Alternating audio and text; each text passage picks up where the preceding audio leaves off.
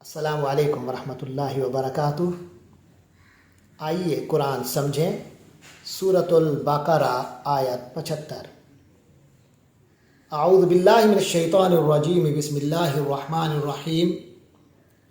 افتطمعون ان یؤمنوا لکم وقد کان فریق منہم یسمعون کلام اللہ ثم یحرفونہ من بعد ما عقلوہ وہم یعلمون۔ صدق اللہ العظیم۔ افتطمعون، یہ تین کلمات ہمارے سامنے ہیں، اکٹھا لکھا جاتا ہے ایک لفظ کے طور پہ، کلمات تین ہیں۔ سب سے پہلے یہ سوالیہ ہے، کے معنی ہے کیا، فا پس، ترجمہ الٹ کریں گے، آفا پس کیا، تو کیا، تطمعون طمع سے ہے، طمع کے معنی لالچ کے ہیں۔ طمع اس نے لالچ کی، لیکن یہ صرف منفی معنی میں عربی میں استعمال نہیں ہوتا۔ کسی اچھی چیز کی بھی شدت آرزو جو ہے اسے طمع کہتے ہیں۔ حرص کا لفظ بھی عربی میں صرف منفی معنی میں استعمال نہیں ہوتا، شدت آرزو کو کہا جاتا ہے۔ اس لیے نبی پاک صلی اللہ علیہ وسلم کے بارے میں آیا حریص علیکم، یعنی تمہاری خیر کے لیے نبی پاک کی جو آرزو ہے وہ بہت شدید ہوتی ہے۔ تو اسی طرح یہ طمع بھی شدت آرزو کے لیے ہے۔ تو طمع اس بندے نے شدید خواہش کی، یطمعو وہ شدید خواہش کرتا ہے، اور تطمعو تم شدید خواہش رکھتے ہو۔ تطمعون وہ نون ایڈ ہوا تو جمع کا صیغہ بن گیا، تطمعون تم سب شدید خواہش رکھتے ہو، بہت آرزو رکھتے ہو۔ افتطمعون کیا تم بہت آرزو رکھتے ہو، کیا تم یہ آرزو بہت شدت کے ساتھ رکھتے ہو۔ ان یؤمنوا، ان کا لفظ کئی بار آیا ہے، فعل مضارع سے پہلے آتا ہے، کہ کا معنی دیتا ہے۔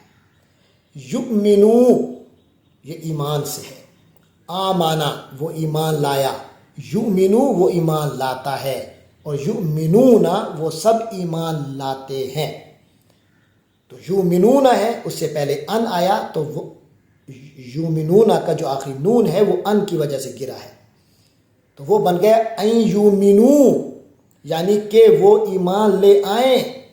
افتطمعون ان یؤمنو، کیا تم بہت شدید خواہش رکھتے ہو کہ وہ لوگ ایمان لے آئیں۔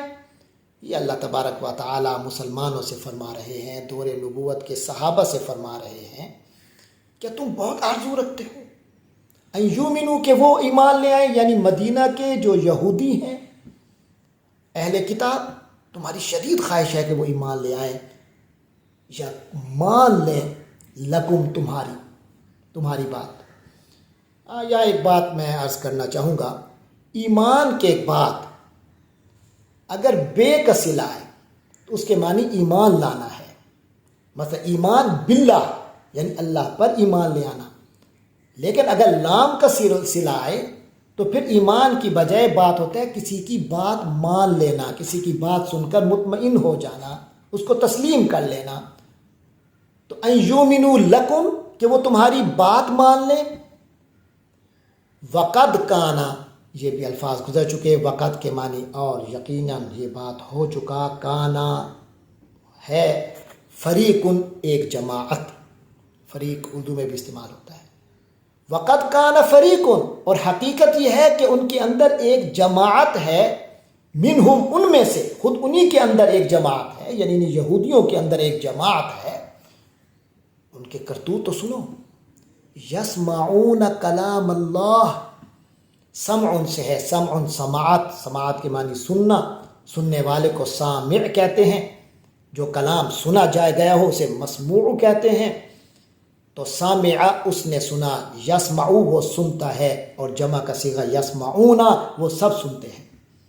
تو ان میں سے ایک جماعت ایسی ہے کہ یسمعون وہ سنتے ہیں کلام اللہ، اللہ کے کلام کو۔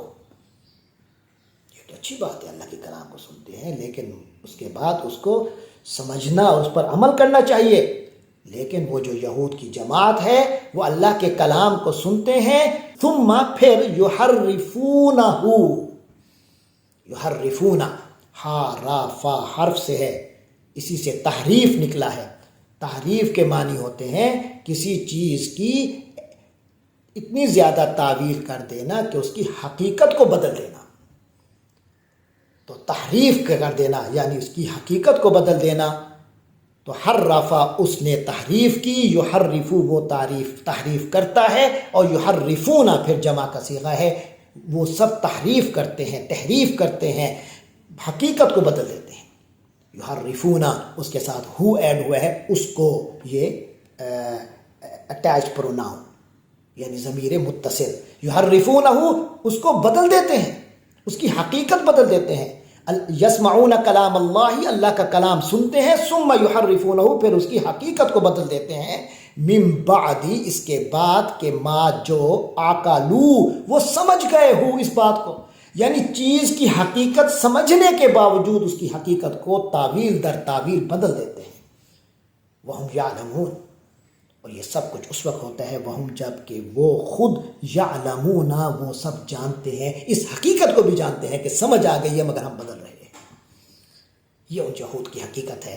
تو مسلمانوں کو بتایا جا رہا ہے کہ اے مسلمانوں، تم ان یہود کے بارے میں شدید خواہش رکھتے ہو کہ وہ بھی ایمان لے آئیں، کیونکہ جب نبی پاک صلی اللہ علیہ وسلم ابھی مدینہ نہیں تشریف لائے تھے تو وہاں کے جو یہودی تھے وہ مدینہ کے افراد کو، اہل کو، وہاں کے لوگوں کو کہا کرتے تھے کہ آخری نبی آنے والے ہیں۔ تو یہ بات انہوں نے اتنی سنی تھی کہ انہیں بھی ایک یقین سا ہو گیا تھا کہ آخری نبی آنے لگے ہیں، اور جب حضرت محمد صلی اللہ علیہ وسلم کا پتہ چلا تو ان کے اندر وہ شان تھی کہ ان کو یقین ہو گیا کہ یہی آخری نبی ہے، اور فوراً انہوں نے ایمان لے آئے۔ اب جب مدینہ کے حضرات خود ایمان لے آئے انہی یہودیوں سے سن کر، تو انہیں یقین تھا کہ جب ہم انہیں بتائیں گے یہ تو پھر فوراً ہی ایمان لے آئیں گے، یہ تو مان ہی جائیں گے۔ لیکن جب وہ ان کے پاس گئے تو وہ لوگ کیونکہ حق کو اس وقت مانتے ہیں جب وہ ان کی مرضی کا ہو، مرضی کے خلاف ہو تو حق کو ماننے سے انکار کر دیتے ہیں۔ اسی بات کو اس آیت میں بیان کیا گیا ہے۔ تو وہ ایمان نہ لائے، تو اس لیے مسلمانوں کو کہا جا رہا ہے کیا تمہیں یہ شدید خواہش ہے کہ وہ ایمان لے آئیں، تمہاری بات کو مان لیں کہ یہ نبی ہیں حضرت محمد صلی اللہ علیہ وسلم؟ ہاں، اگر بات وہ سادہ سے انہوں نے واقعی دل سے وہ بات کی ہوتی اور ان کی مرضی کی ہوتی تو وہ مان لیتے، لیکن ان کا تو تصور اس آخری نبی کے بارے میں یہ تھا کہ وہ ہماری مرضی کے ہوں گے، کیونکہ اب مرضی کے نہیں ہیں تو اب وہ نہیں مانیں گے۔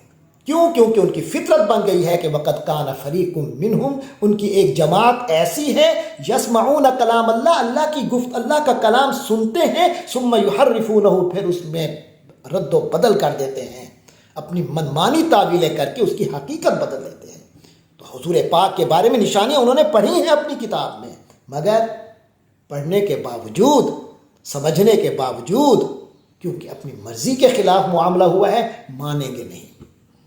فرمایا اللہ کی آیتوں کو پڑھتے ہیں، کلام کو پڑھتے ہیں، سنتے ہیں، پھر اس کو بدل دیتے ہیں، من بعد ما عقلوہ جبکہ اس کو سمجھ چکے ہوتے ہیں، وہم یعلمون اور خود اس حقیقت کو بھی وہ جانتے ہیں۔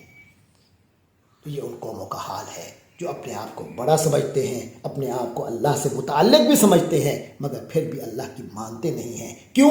کیونکہ ان کی ذاتی خواہشات، ان کے ذاتی مقاصد، ان کی اپنی مصلحتیں اس میں اس کا نقصان ہوتا ہے، تو اس لیے ماننے سے انکار کر دیتے ہیں۔ اللہ تبارک و تعالی ہم آج نبی پاک صلی اللہ علیہ وسلم کی امت کو اس عیب سے محفوظ رکھے۔ وآخر دعوانا ان الحمد للہ رب العالمین۔